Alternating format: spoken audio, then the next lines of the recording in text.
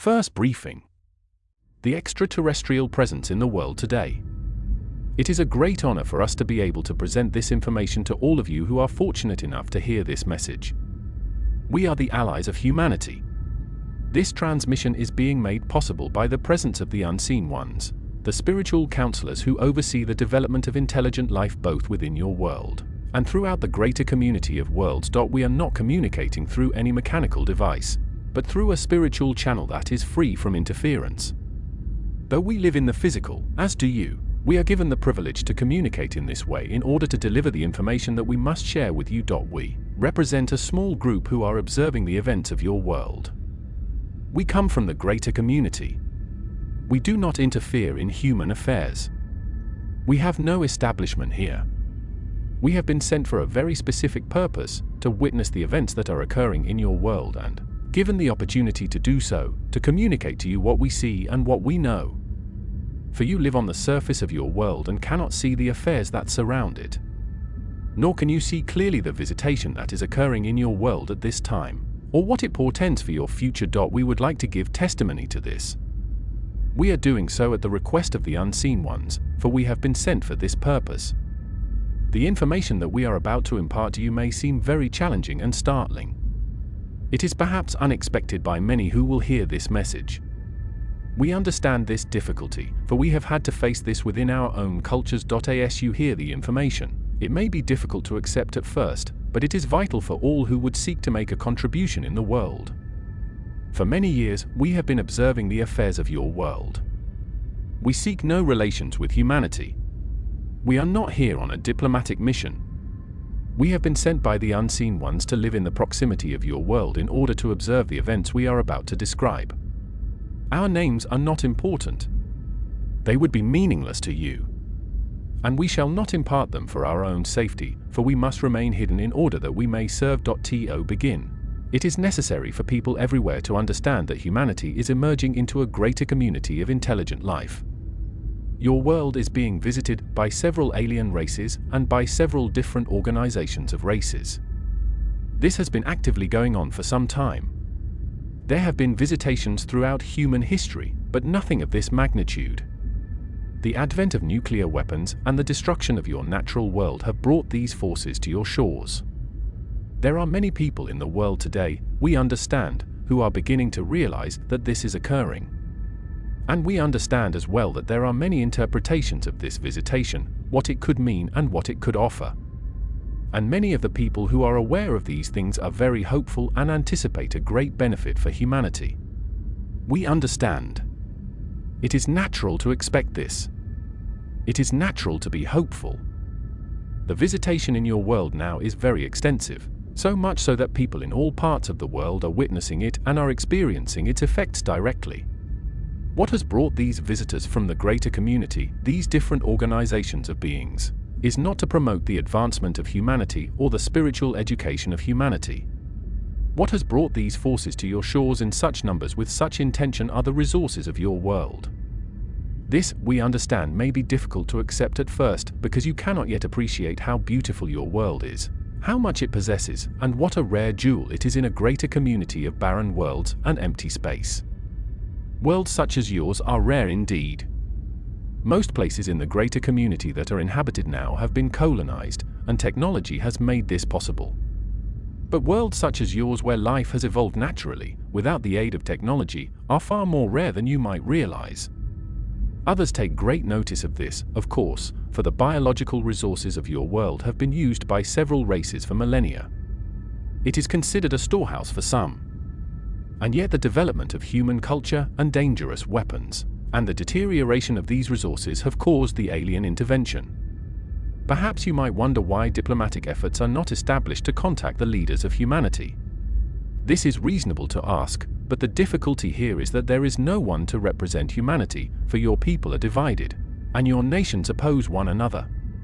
It is also assumed by these visitors that we speak of that you are warlike and aggressive, and that you would bring harm and hostility to the universe around you despite your good qualities. Therefore, in our discourse we want to give you an idea of what is occurring, what it will mean for humanity, and how it is related to your spiritual development, your social development, and your future in the world and in the greater community of worlds itself.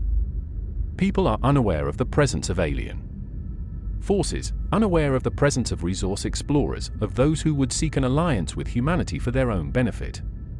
Perhaps we should begin here by giving you an idea of what life is like beyond your shores. For you have not journeyed afar and cannot account for these things yourself. You live in a part of the galaxy that is quite inhabited. Not all parts of the galaxy are so inhabited. There are great unexplored regions. There are many hidden races.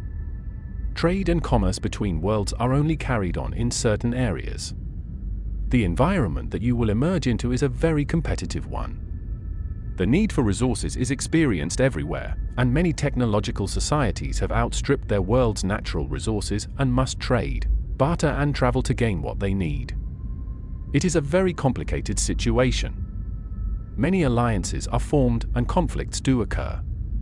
Perhaps at this point it is necessary to realize that the greater community into which you are emerging is a difficult environment and a challenging one, and yet it brings great opportunity and great possibilities for humanity.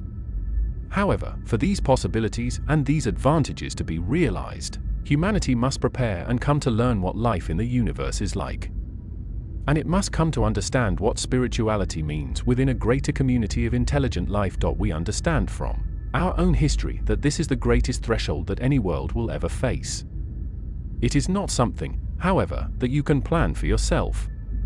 It is not something that you can design for your own future. For the very forces that would bring the greater community reality here are already present in the world.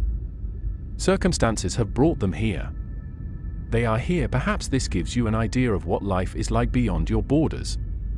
We do not want to create an idea that is fearful, but it is necessary for your own well-being and for your future that you have an honest appraisal and can come to see these things clearly. The need to prepare for life in the greater community, we feel, is the greatest need there is in your world today.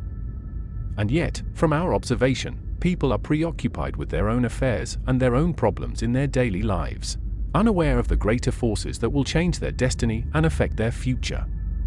The forces and groups who are here today represent several different alliances. These different alliances are not united with each other in their efforts. Each alliance represents several different racial groups who are collaborating for the purpose of gaining access to your world's resources and maintaining this access.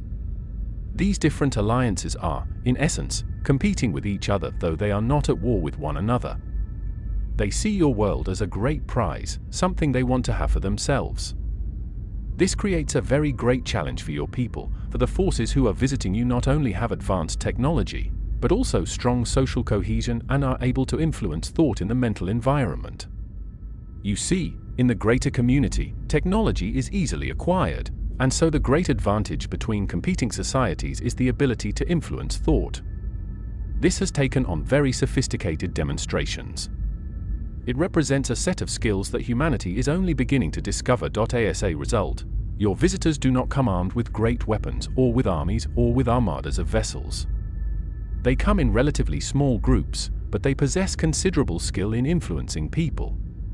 This represents a more sophisticated and mature use of power in the greater community.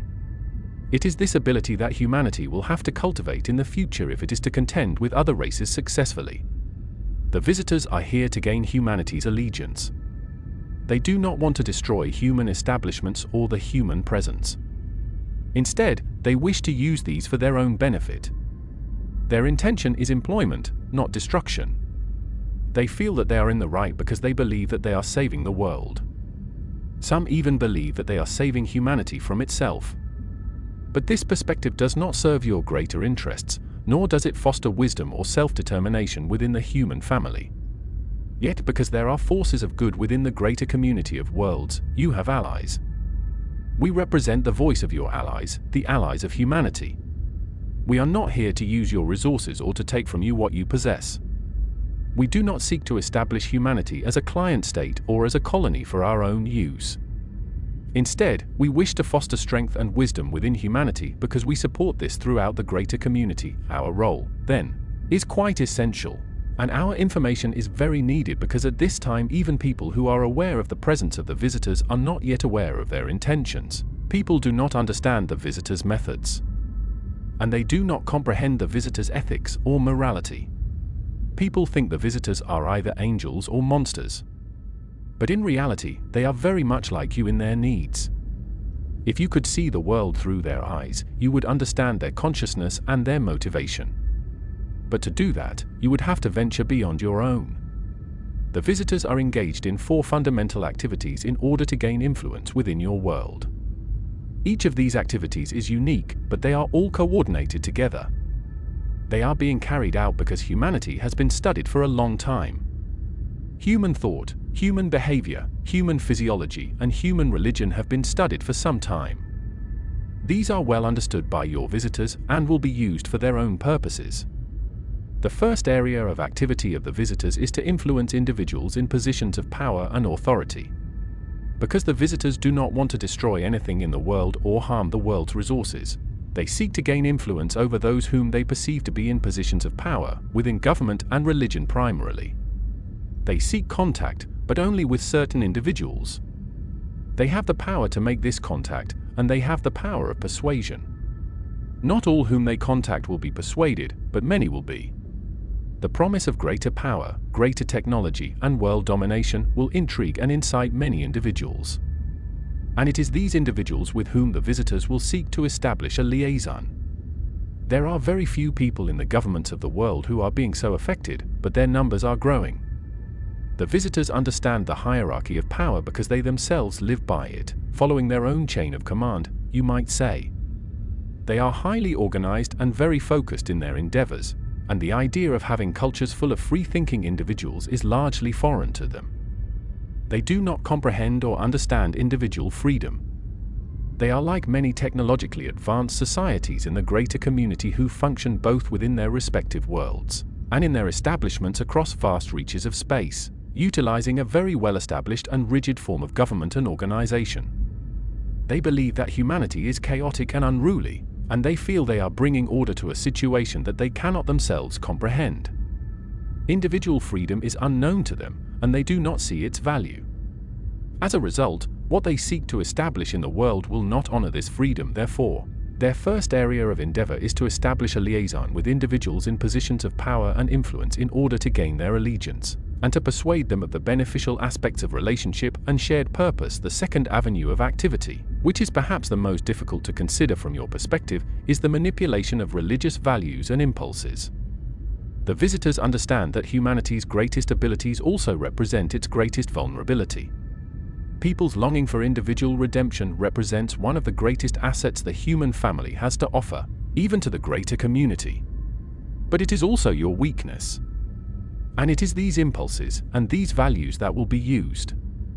Several groups of the visitors wish to establish themselves as spiritual agents because they know how to speak in the mental environment. They can communicate to people directly, and unfortunately, because there are very few people in the world who can discern the difference between a spiritual voice and the visitor's voice, the situation becomes very difficult. Therefore, the second area of activity is to gain people's allegiance through their religious and spiritual motivations. Actually, this can be done quite easily because humanity is not yet strong or developed in the mental environment. It is difficult for people to discern where these impulses are coming from. Many people want to give themselves to anything they think has a greater voice and a greater power. Your visitors can project images of your saints, of your teachers, of angels, images that are held dear and sacred within your world. They have cultivated this ability through many centuries of attempting to influence each other, and by learning the ways of persuasion that are practiced in many places in the greater community. They consider you primitive, and so they feel they can exert this influence and use these methods upon you. Here there is an attempt to contact those individuals who are considered sensitive, receptive, and naturally given to be cooperative. Many people will be selected, but a few will be chosen based upon these particular qualities. Your visitors will seek to gain allegiance with these individuals, to gain their trust and to gain their devotion, telling the recipient that the visitors are here to uplift humanity spiritually, to give humanity new hope, new blessings, and new power, indeed promising the things that people want so dearly but have not yet found themselves. Perhaps you may wonder, how can such a thing occur? But we can assure you that it is not difficult once you learn these skills and abilities. The effort here is to pacify and to re-educate people through spiritual persuasion. This pacification program is used differently with different religious groups depending upon their ideals and their temperament. It is always aimed at receptive individuals. Here it is hoped that people will lose their sense of discernment and will become wholly trusting of the greater power that they feel is being given to them by the visitors. Once this allegiance is established, it becomes increasingly difficult for people to discern what they know within themselves from what is being told to them. It is a very subtle but very pervasive form of persuasion and manipulation. We shall speak more on this as we proceed. Let us now mention the third area of activity, which is to establish the visitor's presence in the world and to have people become used to this presence. They want humanity to become acclimated to this very great change that is occurring in your midst, to have you become acclimated to the visitor's physical presence and to their effect on your own mental environment. To serve this purpose, they will create establishments here, though not in view. These establishments will be hidden, but they will be very powerful in casting an influence on human populations that are near them. The visitors will take great care and time to make sure that these establishments are effective and that enough people are in allegiance to them. It is these people who will guard and preserve the visitor's presence. This is exactly what is occurring in your world at this time. It represents a great challenge and unfortunately a great risk. This very same thing that we are describing has happened so many times in so many places in the greater community. And emerging races such as your own are always the most vulnerable.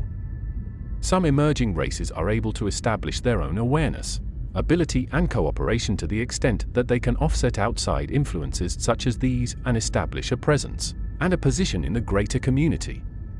Yet many races, before they even attain this freedom, fall under the control and influence of foreign powers. We understand that this information may incite considerable fear, and perhaps denial or confusion. But as we observe events, we realize that there are very few people who are aware of the situation as it actually exists. Even those people who are becoming aware of the presence of alien forces are not in a position, and do not have the vantage point from which they can see the situation clearly. And being ever hopeful and optimistic, they seek to give this great phenomenon as much positive meaning as they can. However, the greater community is a competitive environment, a difficult environment. Those who engage in space travel do not necessarily represent the spiritually advanced, for those who are spiritually advanced seek insulation from the greater community. They do not seek commerce. They do not seek to influence other races, or to engage in the very complex array of relationships that are established for mutual trade and benefit. Instead, the spiritually advanced seek to remain hidden. This is a very different understanding, perhaps, but a necessary one for you to come to comprehend the great predicament that humanity is facing. Yet this predicament holds great possibilities. We would like to speak about these now. Despite the gravity of the situation that we are describing, we do not feel that these circumstances are a tragedy for humanity. Indeed, if these circumstances can be recognized and understood, and if the preparation for the greater community, which now exists in the world, can be utilized, studied and applied, then people everywhere of good conscience will have the ability to learn greater community knowledge and wisdom. Thus, people everywhere will be able to find the basis for cooperation, so that the human family can finally establish a unity that has never been established here before. For it will take the overshadowing of the greater community to unite humanity. And this overshadowing is occurring now. It is your evolution to emerge into a greater community of intelligent life. It will happen whether you are prepared or not. It must occur. Preparation, then, becomes the key. Understanding and clarity, these are the things that are necessary and needed in your world at this time. People everywhere have great spiritual gifts that can enable them to see and to know clearly. These gifts are needed now. They need to be recognized, employed, and shared freely. It is not merely up to a great teacher or a great saint in your world to do this. It must be cultivated by many more people now. For the situation brings with it necessity, and if necessity can be embraced, it brings with it great opportunity. However, the requirements to learn about the greater community and to begin to experience greater community spirituality are tremendous. Never before have human beings had to learn such things in such a short period of time. Indeed, such things have rarely been learned ever by anyone in your world before. But now the need has changed. The circumstances are different. Now there are new influences in your midst, influences that you can feel and that you can know. The visitors seek to disable people from having this vision and this knowledge within themselves, for your visitors do not have it within themselves. They do not see its value. They do not understand its reality. In this, humanity as a whole is more advanced than they are. But this is only a potential which must now be cultivated. The alien presence in the world is growing. It is growing every day, every year. Many more people are falling under its persuasion, losing their ability to know, becoming confused and distracted, believing in things that can only weaken them and make them impotent in the face of those who would seek to use them for their own purposes. Humanity is an emerging race. It is vulnerable. It is facing a set of circumstances and influences now which it has never had to face before. You have only evolved to compete with each other. You have never had to compete with other forms of intelligent life. Yet it is this competition that will strengthen you and will call forth your greatest attributes if the situation can be clearly seen and understood. It is the role of the unseen ones to foster this strength. The unseen ones, whom you would rightly call angels, do not only speak to the human heart, but to hearts everywhere who are able to listen and who have gained the freedom to listen. We come, then, with a difficult message, but a message of promise and hope. Perhaps it is not the message that people want to hear. It is certainly not the message that the visitors would promote. It is a message that can be shared from person to person, and it will be shared because it is natural to do so. Yet the visitors and those who have come under their persuasion will oppose such an awareness. They do not want to see an independent humanity. That is not their purpose. They do not even believe it is beneficial. Therefore, it is our sincere desire that these ideas be considered without trepidation, but with a serious mind and a deep concern that are well justified here. They do not cast influence over your governments. They do not seek to breed with humanity in order to create a new leadership here. Your allies do not interfere in human affairs. They do not manipulate human destiny. They watch from afar and they send emissaries such as ourselves, at great risk to us, to give counsel and encouragement and to clarify things when that becomes necessary. We, therefore, come in peace with a vital message. Now we must speak of the fourth area in which your visitors seek to establish themselves, and that is through interbreeding. They cannot live in your environment. They need your physical stamina. They need your natural affinity with the world. They need your reproductive abilities. They also want to bond with you because they understand that this creates allegiance. This, in a way, establishes their presence here because the offspring of such a program will have blood relations in the world, and yet will have allegiance to the visitors. Perhaps this seems incredible, yet it is so very real. The visitors are not here to take your reproductive abilities away from you. They are here to establish themselves.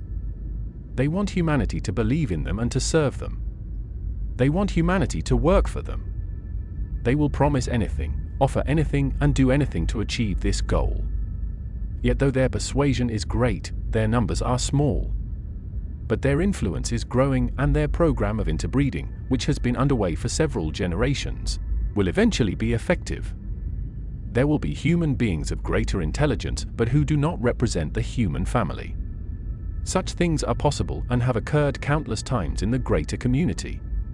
You have only to look at your own history to see the impact of cultures and races upon one another, and to see how dominating and how influential these interactions can be. Thus, we bring with us important news, serious news. But you must take heart, for this is not a time for ambivalence. This is not a time to seek escape.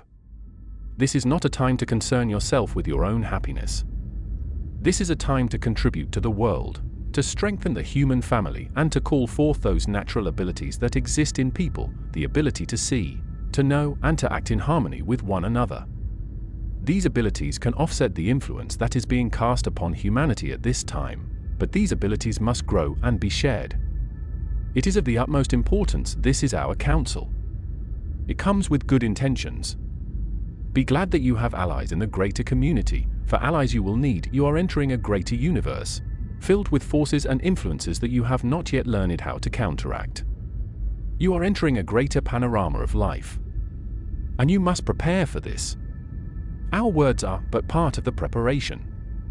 A preparation is being sent into the world now. It does not come from us. It comes from the Creator of all life. It comes at just the right time. For this is the time for humanity to become strong and wise. You have the ability to do this. And the events and circumstances of your life create a great need for this.